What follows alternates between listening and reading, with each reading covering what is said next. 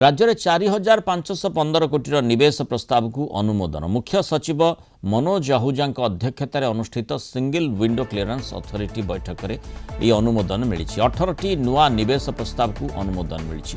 8टी जिले में 18टी प्रकल्प हो। प्रकल्प में 4515 कोटी टंका निवेश हो। यह माध्यम राज्य में प्राय 8200 निजुक्ति सुजोग सृष्टि आशा रही। इन्फॉर्मेशन टेक्नोलॉजी, मैन्युफैक्चरिंग, टूरिज्म और hospitality sector, waste management sector, pharmaceutical, electronic vehicle आदि क्षेत्र में शिल्प प्रतिष्ठा है। अधिक सूचना देवाई कटक जोनाल हेड विभूति साहू जोड़ी।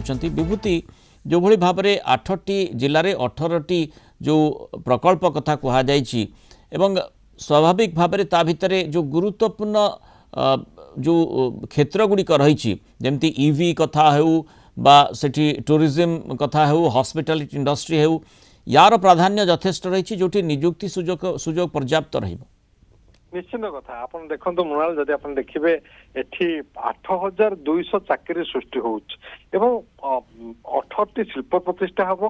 4515 कोटी निवेश ओडिशा को आसूची एवं याकू सिंगल विंडो क्लीयरेंस अथॉरिटी ताकू अनुमोदन देइचंती, जार अध्यक्षता की मनोज आहूजा चीफ सेक्रेटरी करथिले एवं 18टी शिल्प प्रतिष्ठा 4515 कोटी टंकार निवेश को अनुमोदन मिली। एवं प्रयास गुड़िक मध्य रही 8टी जिले में 8200 चाकरी सृष्टि हो।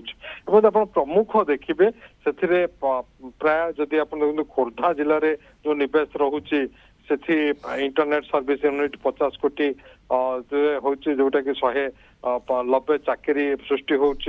डिस्टिलरी 3.65 कोटी निवेश हो, 110 चाकरी हो। सहित ऑटोक्रॉप ईवी मैन्युफैक्चरिंग प्लांट रे 300 कोटी निवेश हो, 145 चाकरी सृष्टि हो। पानीय क्षेत्र में से भली भाव में जदि आप देखिए प्राय 1812 निजुक्ति हो। पर्यटन हॉस्पिटैलिटी रे प्राय 181 चाकरी हो, ये जोटा कि जगतसिंहपुर जिले में होगा जाऊँगी। एवं ता सहित यदि आप देखुं ये गोटे बड़ निवेश सृष्टि होड़शा जोटा कि 18टी शिल्प प्रतिष्ठा हम एवं पाखापाखि 4500 कोटी ताठू अधिक टंकार निवेश आसूची। एवं ये निवेश बड़ कथा हूँ 8000 ऊर्ध्व चाकरी सृष्टि कर जोटा कि विशेष भाव से ओडिशार लोक माने ओडिशार बेकार युवक युवती माने लाभवान हो पारे। एवं राज्य सरकार ये सिंगल विंडो क्लीयरेंस सिस्टम लागू कला जहाँकि शिल्प प्रतिष्ठा बेस समस्या होता। जमी अधिग्रहण कथा कहतु, जमी अधिग्रहण पर इलेक्ट्रिफिकेशन कथा कहतु, पानी कथा कहतु, जो अत्यावश्यक सामग्री मध्यम वर्गर शिल्प ना बड़ शिल्प प्रकल्प करने निर्देश रही अनुमोदन दि जाइए। ओडिशार शिल्पपति ना बाहर राज्यर शिल्पपति देखो ये आप देखो अनुगुल, ढेंकानाल, गंजाम, जाजपुर, जगतसिंहपुर, खोर्धा, सुंदरगढ़, झारसुगुड़ा ये जिला ये 8टी जिले में हो। शिल्पपति माने बाहर आसुचंती, से ओडिशा रे निवेश करुचंती। शिल्प ओडिशा रे समृद्ध हम, ओडिशा रे उत्पादित सामग्री बाहर को जीव, ओडिशा रे कर्मसंस्थान बढ़िबो।